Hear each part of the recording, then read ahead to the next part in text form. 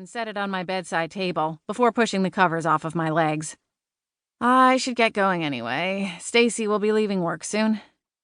I got as far as the bathroom door when a tapping sound startled me. I followed it to the kitchen and stopped short when I spotted a raven pecking at the window over the sink. Ravens were the most commonly used birds when it came to delivering government correspondence. The Daily Mail was normally delivered to a basket by the front door by a horde of elves that work for the Haven Postal Service. But when there was something extremely confidential or time-sensitive, the government liked to send it via a raven. It was a little Poe-ish for my taste, but it worked. Whenever I saw one, a little pit formed in the bottom of my stomach. "What now?" I muttered, my bare feet slapping loudly against the tile as I stalked to the window. I threw it open, and the raven blinked at me. "Sorry," I said, reaching forward slowly. It wasn't the poor bird's fault that I despised its handlers. The bird deposited the thick, cream-colored envelope into my hand, and I groaned. As suspected, it was sealed with the Supernatural Protection Agency's crest in royal purple wax. I set the envelope aside and handed the bird a few seeds from the dish I keep on the sill. He refused to take the seeds and gave a pointed glance at the envelope. Oh, great. Now I have a bird babysitting me.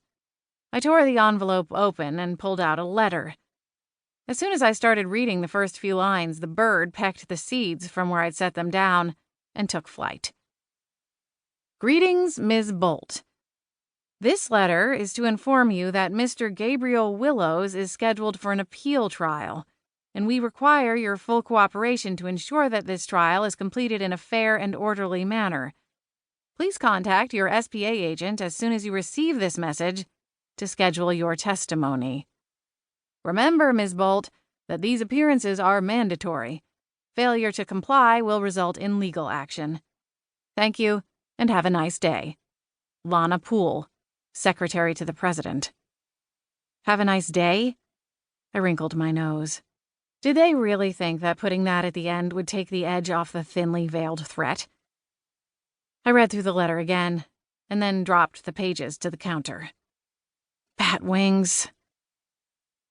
Gabriel Willows was my wizard ex-boyfriend, who literally would not go away. Despite the fact that he was currently incarcerated, he still managed to fly across my radar every so often.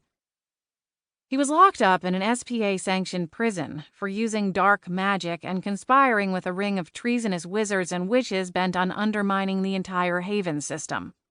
Their goal was to seize control of the supernatural world and raise witches and wizards up above all other supernaturals and probably humans too, eventually.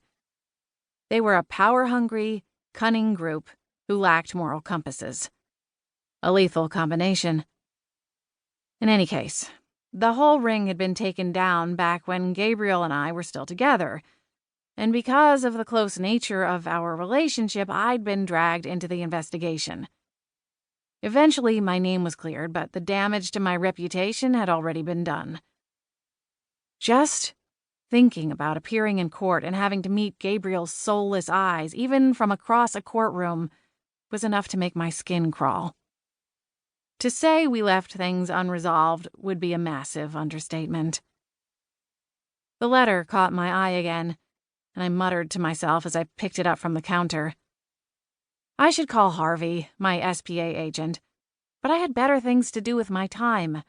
I wadded up the paper into as small a ball as I could manage, finding some satisfaction in the crinkling sound of the glossy paper, then sent a bolt of magic through my palm and opened my hand just in time to watch the letter burst into flames. I flicked it into the air and watched it burn into a sprinkling of ashes that floated gently down to the kitchen floor like black snowflakes.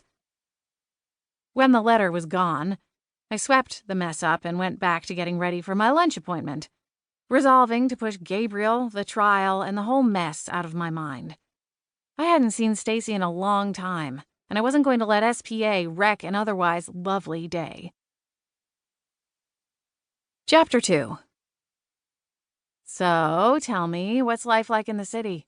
I asked Stacy, tearing my eyes off of the view from the window beside our table.